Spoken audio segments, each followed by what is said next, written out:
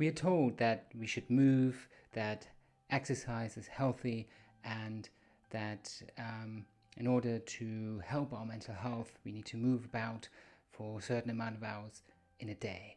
Well, that's true, but is that even possible? This and more I'll be talking about in this episode of the MenTell Health Podcast.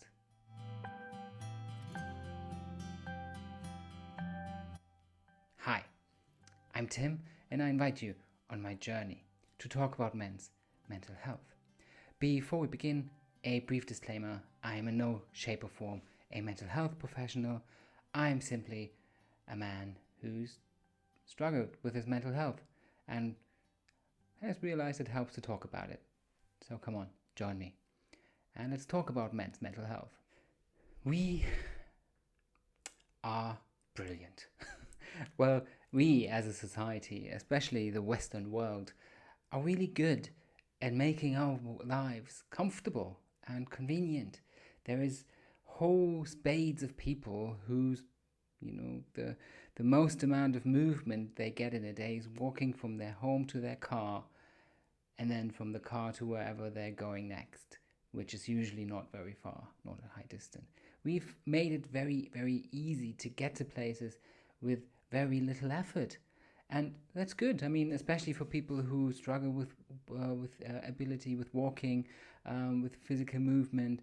It's good that there's accessibility, and also, we already have such busy and packed lives. If it takes more time to move somewhere or to get from place A to B, that takes away a lot of precious time that we have, that we're able to spend with our families or with stuff that we actually enjoy doing.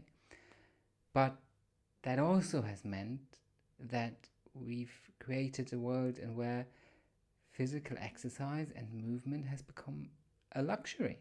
It's become something that we need to be able to afford, both time-wise and money-wise. And yeah, that really sucks, because being able to move and exercise actually helps our mental health.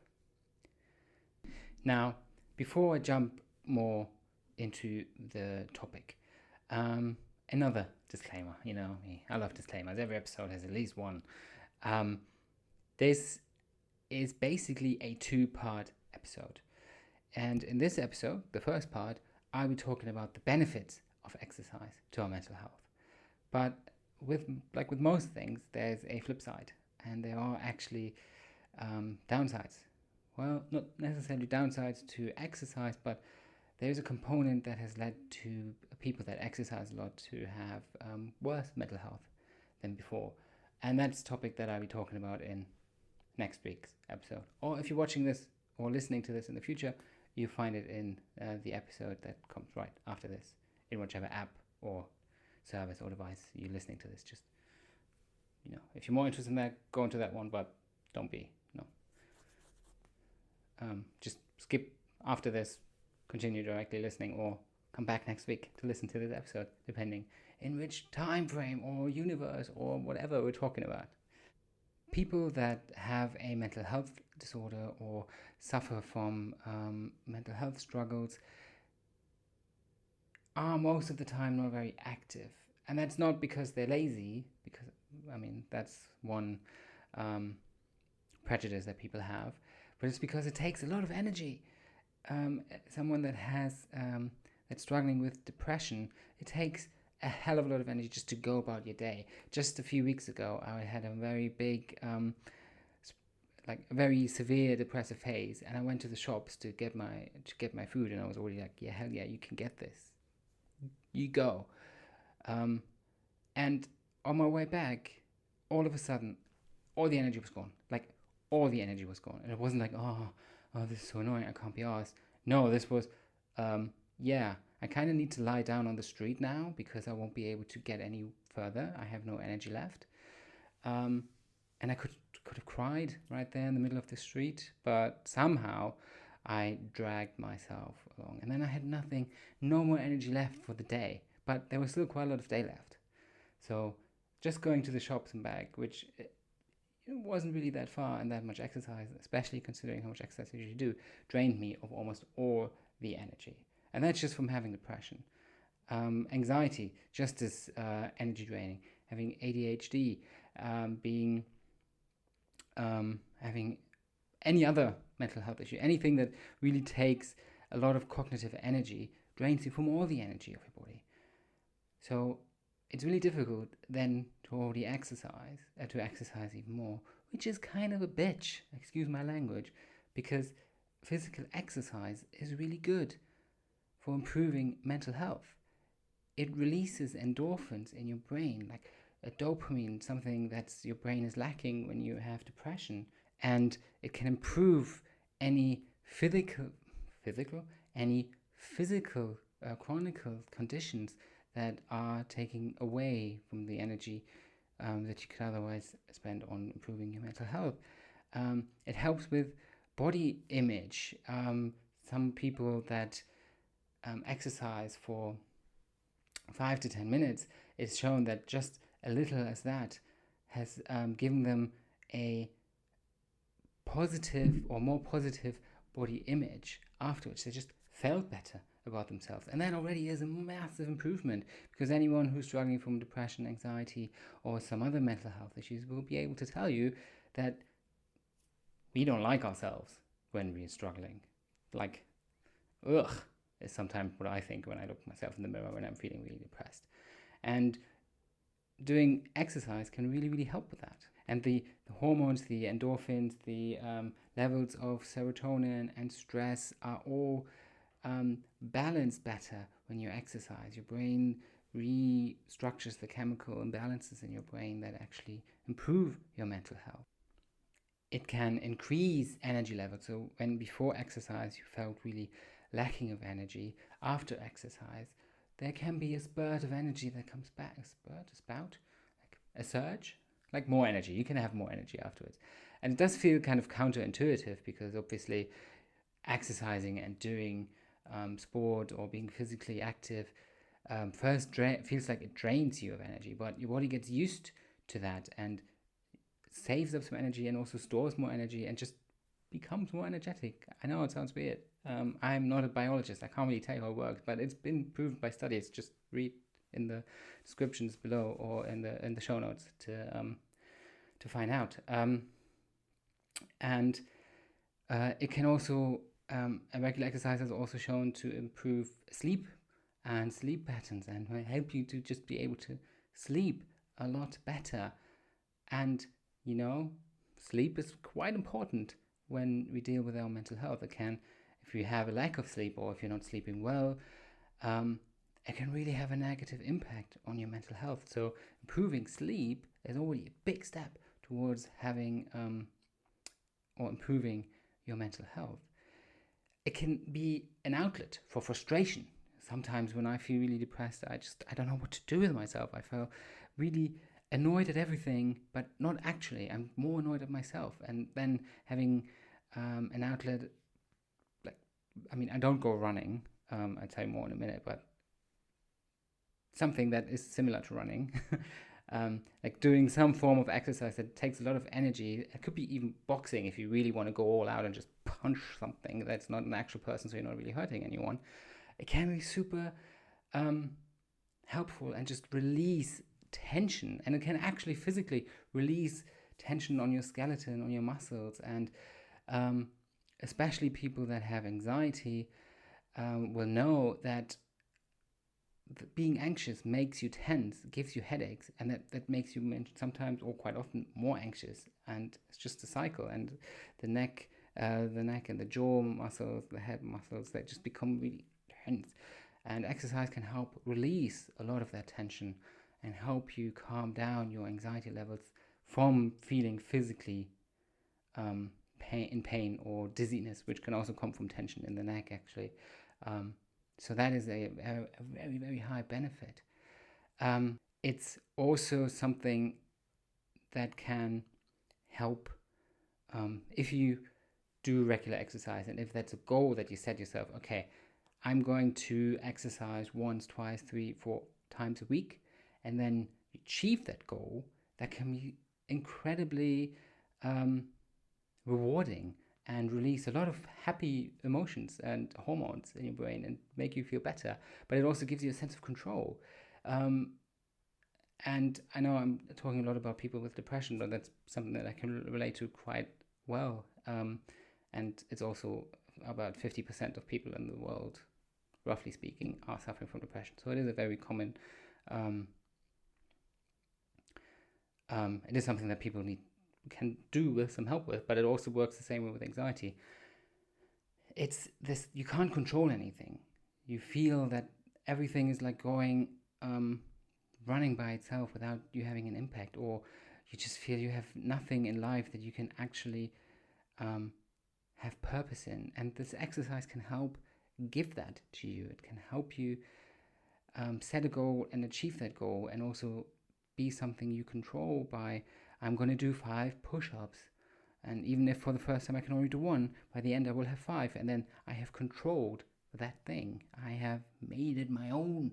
I have ruled it. I've shown those push-ups who is the boss. You are, and I am. We both are. And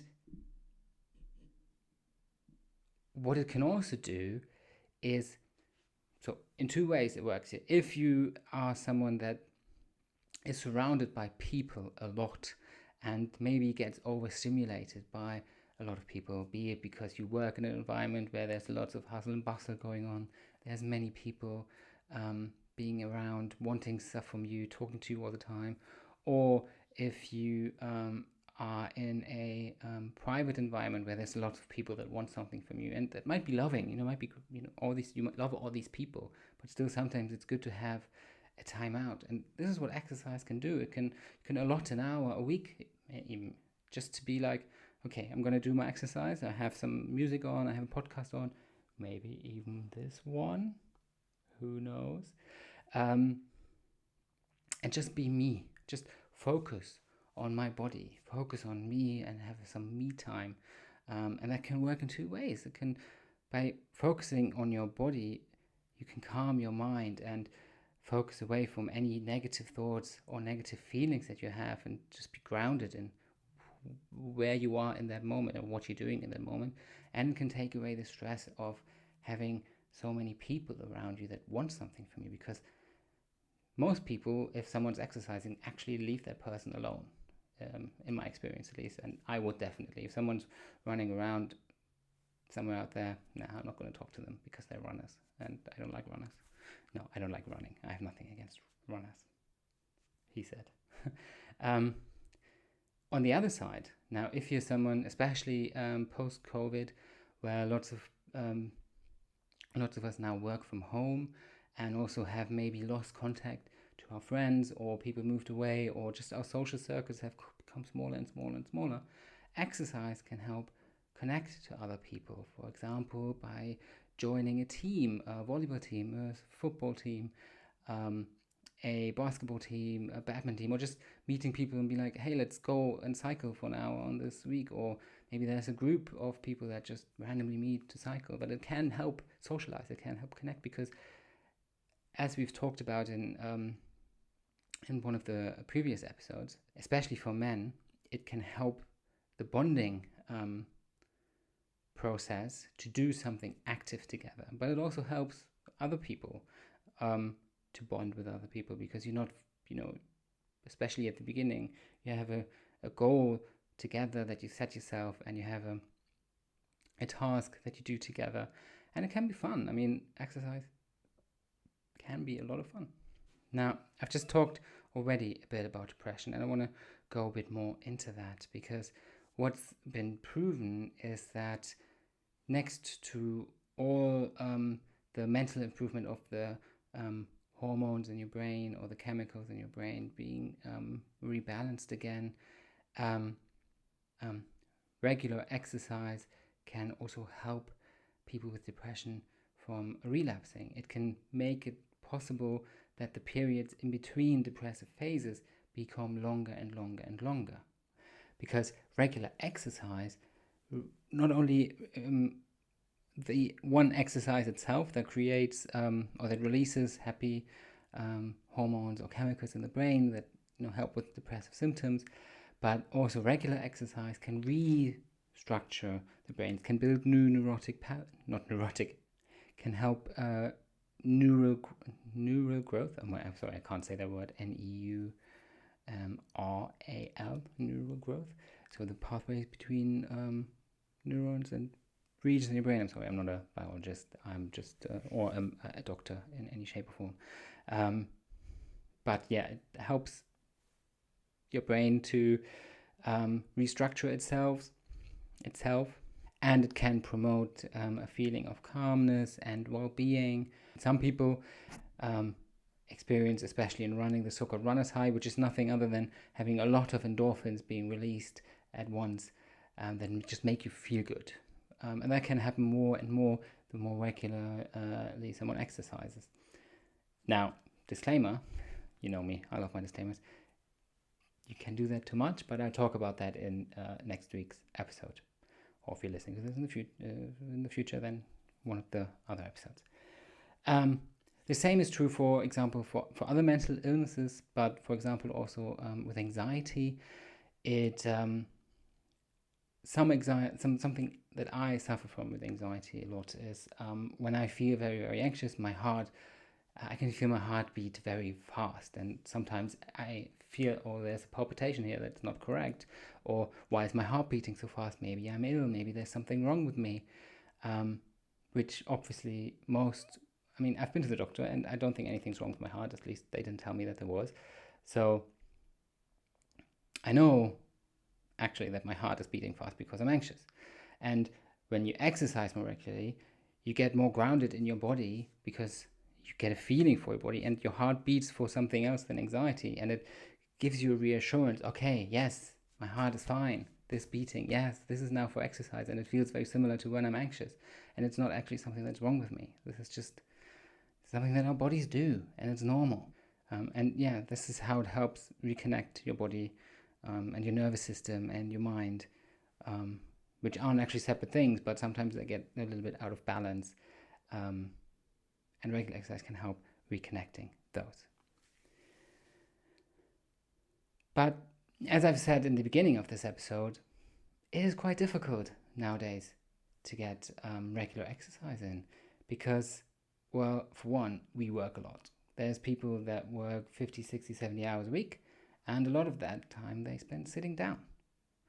And not every office so far or home office has managed to be equipped with standing desks or even treadmill desks or bicycle desks that help people move, because it's not seen as a thing for some reason, or that's something that the bosses can save money on because it's not essential. Oh, you have a desk, you're fine.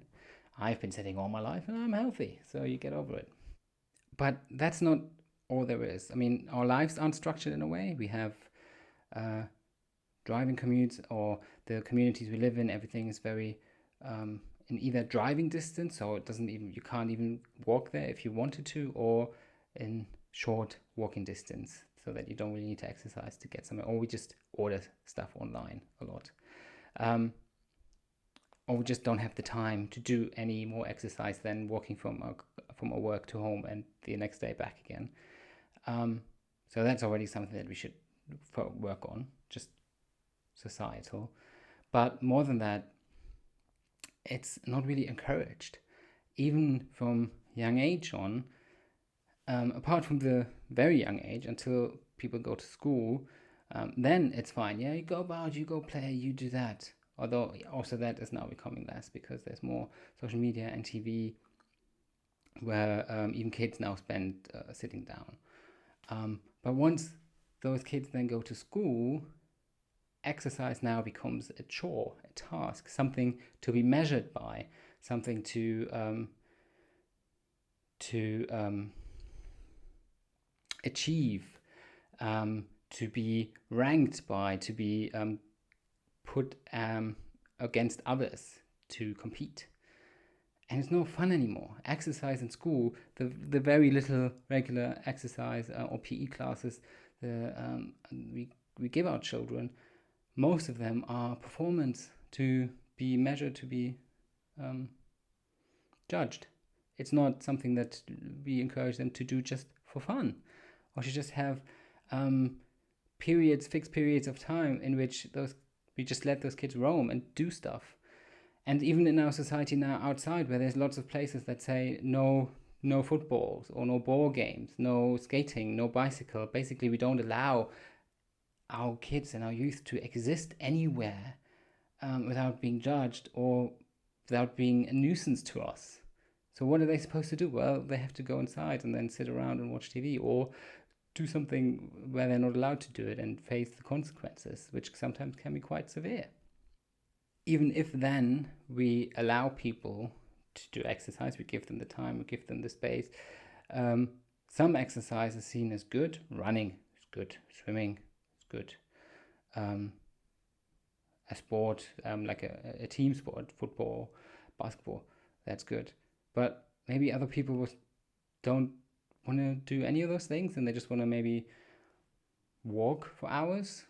But then, why do you just walk everywhere? What's wrong with you? That's what people get told.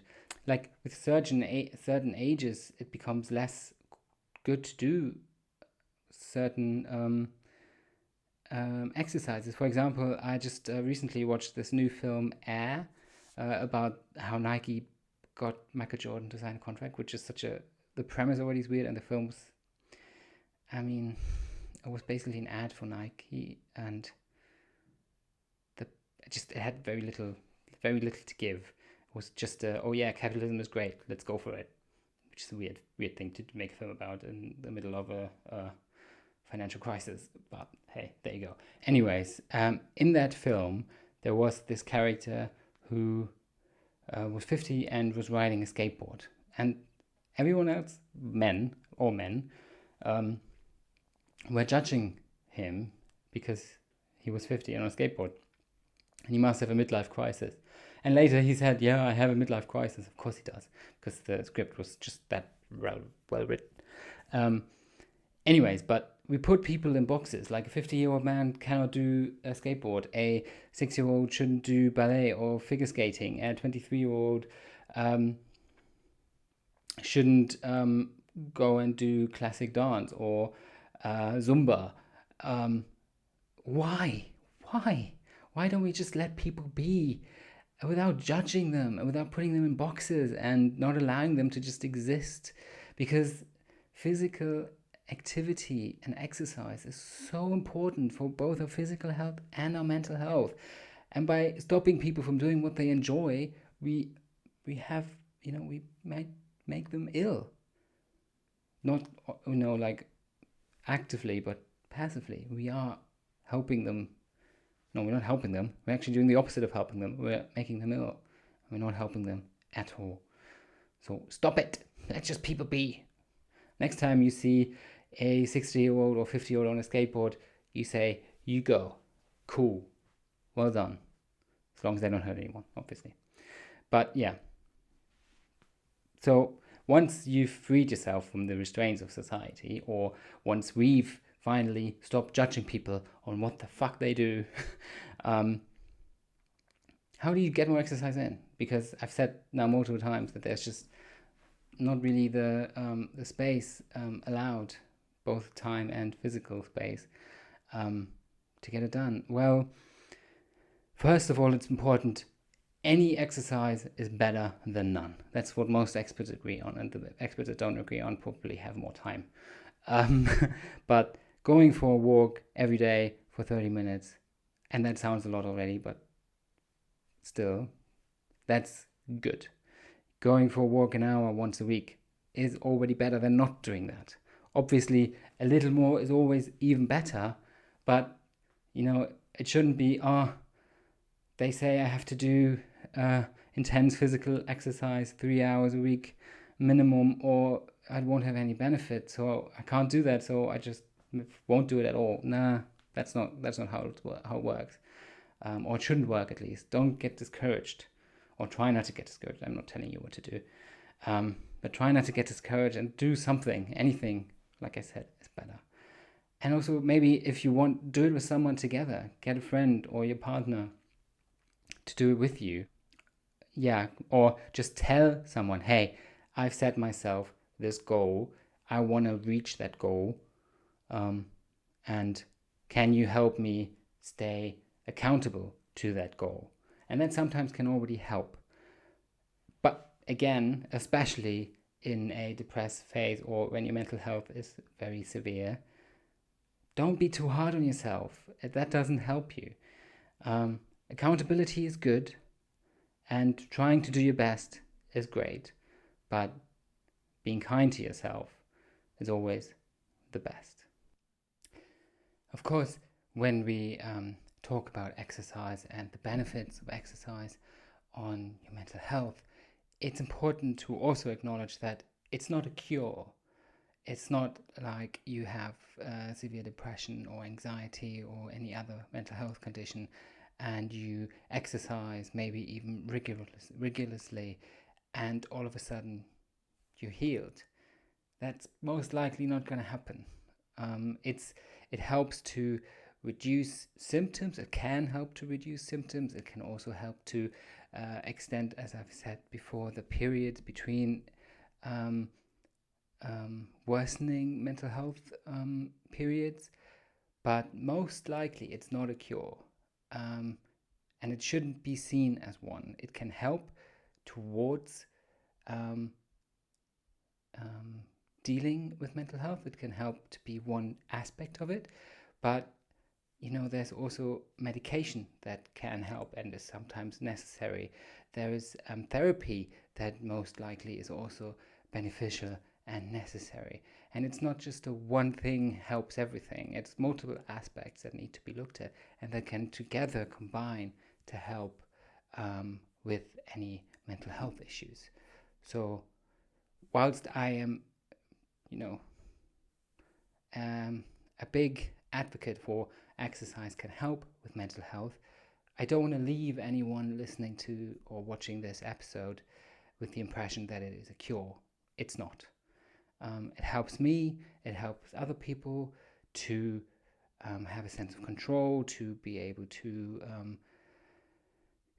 have less of severe depressive phases, but it's also then again very individual. It's also again very individual. So it can help a lot. It can help a little. There's no one size fits all again here, unfortunately. But it's also good because if it doesn't work for you, then that just means okay, you've tried it, and now look at something else. Or if it works a bit, that's also great. And now it's time to look at more extended help in other areas. And especially for men who struggle talking about their mental health or even acknowledging that they're struggling with their mental health, exercise can be a great outlet. It can be a first beginning. Okay, I'm struggling here. I don't know what to do. I don't know who to talk to, but maybe by getting exercise in, I can already do something about it. It's not perfect because talking to people is always the best, but it is a start and it's good, and it helps acknowledge that there is maybe something that you need to work on. So good for you. And if exercise helps you, you go for it. So yeah, I think that's it for this week. Join me next week when I'll be talking about the next part of this topic. And until then, feel free to reach out to me, message me, tell me your experiences with exercise and mental health. You can, if you're on YouTube, comment below. If you're listening to this on your favorite podcasting app, you can message me via the website men-tell-health.com. You can email me, tim@men-tell-health.com. You can message me on Instagram and follow me there, MenTell Health _podcast. Or message me here on YouTube. I think that's also possible if you're on YouTube. So this is it. Thank you so much for listening. I would be ever so grateful if you would subscribe, like, rate, share, comment, or review this podcast. And I see and I hear you, and I hope you hear and will see me again next week. Goodbye.